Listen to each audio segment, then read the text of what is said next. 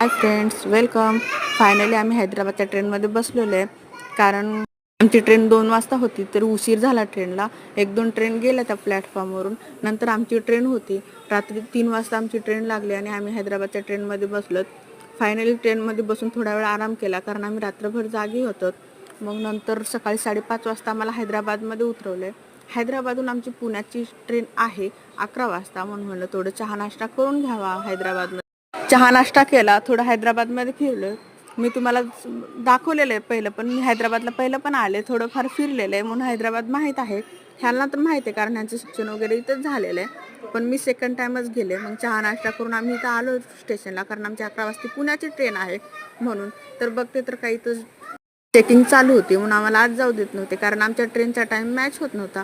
आम्हाला 11 वाजताची ट्रेन होती आणि आम्ही आलो होतो 9 वाजता. म्हणून आम्हाला थोडा वेळ बाहेरच बसावं लागलं. म्हणलं चला इथं बसून काय करतोय, परत हैदराबाद थोडंसं फिरून वगैरे आलं.